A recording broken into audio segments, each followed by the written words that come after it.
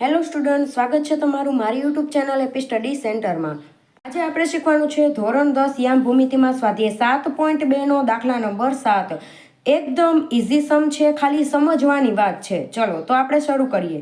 એ બી વર્તુળનો વ્યાસ છે। હવે આ વર્તુળ હોય,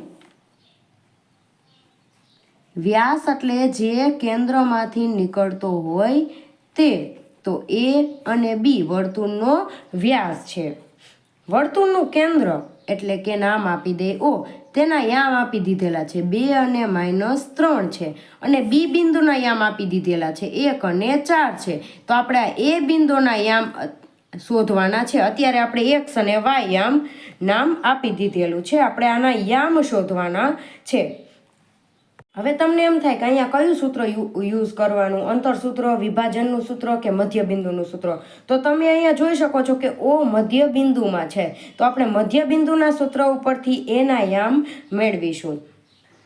ચલો, ઓના યામ બરાબર મધ્ય બિંદુનું સૂત્ર શું થાય? x1 + x2 ના છેદમાં 2 અને y1 + y2 ના છેદમાં 2।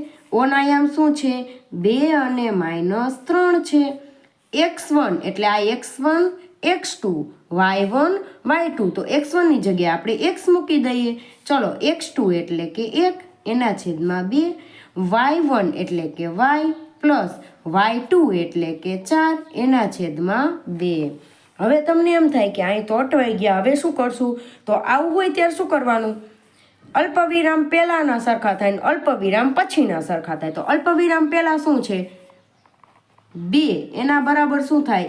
x + 1 ના છેદમાં 2, અને અલ્પવિરામ પછીના શું છે? -3 અને y + 4 ના છેદમાં 2। આ બંને સરખા થશે ને આ બંને સરખા થશે, તો આપણે લખી નાખ્યા। ચલો, આને ગુણે તો શું થાય? 2 દુ 4 બરાબર x + 1। હવે જે શોધવાના હોય ને એને આપણે અહીંયા રાખવાના, એની જરા પણ જગ્યા બદલવાની કોશિશ કરવાની નહીં। તમે નકર શું કરશો? જે નિશાની હોય એમાં અટવાઈ જશો। એટલે જે શોધવાનું હોય તેને આપણે અહીંયા રાખવાનું, એની સાથે જે પણ હોય ને બરાબરની આ બાજુ મોકલી દેવાનું। અહીંયા 4 તો હતા જ, x + 1 હતો, +1 આ બાજુ જાય તો શું થઈ જાય? -1 થઈ જાય। ચલો, તો x બરાબર 4 માંથી 1 જાય તો 3, તો આપણને કિંમત મળી ગઈ x બરાબર 3। ચલો, હવે અહીંયા 3 દુ શું થઈ જાય? -6, તો y + 4, y ને શોધવાનો છે, તેની પાસે જે પણ હોય બરાબરનો આ બાજુ મોકલી દો। -6 હતા, +4 આ બાજુ આવે તો -4, --+6 ને 4 10, પણ કેવા? માઇનસ, તો y ની કિંમત પણ મળી ગઈ -10। જોયું ને કેટલું ઇઝી સમ છે સાવ। 2 થી 3 વાર પ્રેક્ટિસ કરશો ને એટલે તમને ઓટોમેટિક આવડી જશે। હવે આપણે જોઈએ દાખલા નંબર 8, જે બોર્ડમાં પૂછાઈ ગયો છે અને IMP ક્વેશ્ચન છે। ચલો, જો એ અને બી બિંદુ અનુક્રમે -2 -2 છે તેના યામ, અને બી બિંદુના યામ છે 2 અને -4 હોય, જેથી AP 3/4 AB થાય, અને બિંદુ P રેખાખંડનું AB ઉપર આવેલ બિંદુ હોય તો P બિંદુના યામ શોધો।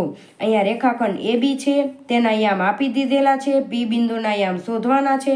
હવે P બિંદુના યામ શોધવા માટે આપણે શું જોઈશે? વિભાજન સૂત્રનો ઉપયોગ કરશું, તો તેમાં M1 ને M2 જોઈશે, પરંતુ અહીંયા M1 ને M2 આપ્યું નથી। પરંતુ એક મહત્વની અહીંયા નોંધ આપેલી છે, જુઓ, AP બરાબર 3/7 AB, શું આવે? 7 આવે। ચલો, આ મહત્વની નોંધ ઉપરથી જ આપણે M1 ને M2 શોધી લઈશું। તો ચલો, AB બરાબર શું થાય? કોનો સરવાળો થાય? AP અને PB નો સરવાળો થાય, તો તે આપણે લખી નાખ્યું છે। AP બરાબર 3/7 AB, એટલે કે કુલ AB ના 7 ભાગમાંથી 3 ભાગ AP ના છે, તો 3 ભાગ કોના છે? AB ના, અને AB ના કુલ કેટલા ભાગ છે? કુલ ભાગ હોય તે ક્યાં હોય? છેદમાં હોય, તો કુલ 7 ભાગ છે, તો આપણને PB મળી જાય। તો 7 - 3 બરાબર PB, તો 7 - 3 એટલે 4 PB, તો PB ના કેટલા ભાગ હશે? કુલ 4, તો AP ના 3 ભાગ છે, તો PB ના 4, એમ કુલ કેટલા ભાગ થઈ જાય? 7 ભાગ થઈ જાય। તો આપણને M1 ને M2 મળી ગયા।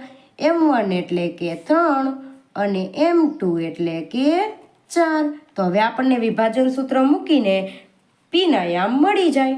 તો ચલો, મારા પહેલા દાખલો ગણીને દેખાડજો। ચલો, તો આપણે P બિંદુના યામ, P ના યામ, તો વિભાજન સૂત્ર શું હતું? m1 x2 plus m2 x1 છેદમાં m1 પ્લસ m2 અલ્પવિરામ m1 y2 plus m2 y1 છેદમાં m1 પ્લસ m2. ચલો m1 તો આપણે મળી ગયો 3 x2 ચલો આ x1 તો આ x2 તો શું છે 2 પ્લસ m2 એટલે કે 4 x1 એટલે -2 m1 પ્લસ m2 એટલે 3 પ્લસ 4 ચલો m1 એટલે 3 y2 એટલે -4 પ્લસ m2 એટલે 4 અને y1 એટલે -2 3 પ્લસ 4. આ ખાસ ધ્યાન રાખવાનું નિશાનીનું, કારણ કે વારંવાર બધા અહીંયા જ ભૂલ થાય છે. 3 દુ 6 પ્લસ માઇનસ માઇનસ 4 દુ 8 3 ને 4 7 અલ્પવિરામ 4 તરી 12 પણ કેવા માઇનસ પ્લસ માઇનસ માઇનસ 4 દુ 8 અને અહીંયા 7 આવે. ચલો 8માંથી 6 જાય તો કેટલા વધે -2/7 અને માઇનસ માઇનસ પ્લસ 12 અને 8 20/7 પણ કેવા માઇનસ. આ નિશાનીનું ખાસ ધ્યાન રાખવાનું. બસ તો પી બિંદુના યામ આપણને મળી ગયા. એક્સ યામ શું છે -2/7, વાય યામ શું છે -20/7. જોયું ને કેટલો ઇઝી સમ છે. અહીંયા માત્ર m1 અને m2 શોધવાના મેઇન પોઈન્ટ એ જ છે. ચલો એ મળી જાય એટલે દાખલામાં કાંઈ છે નહીં.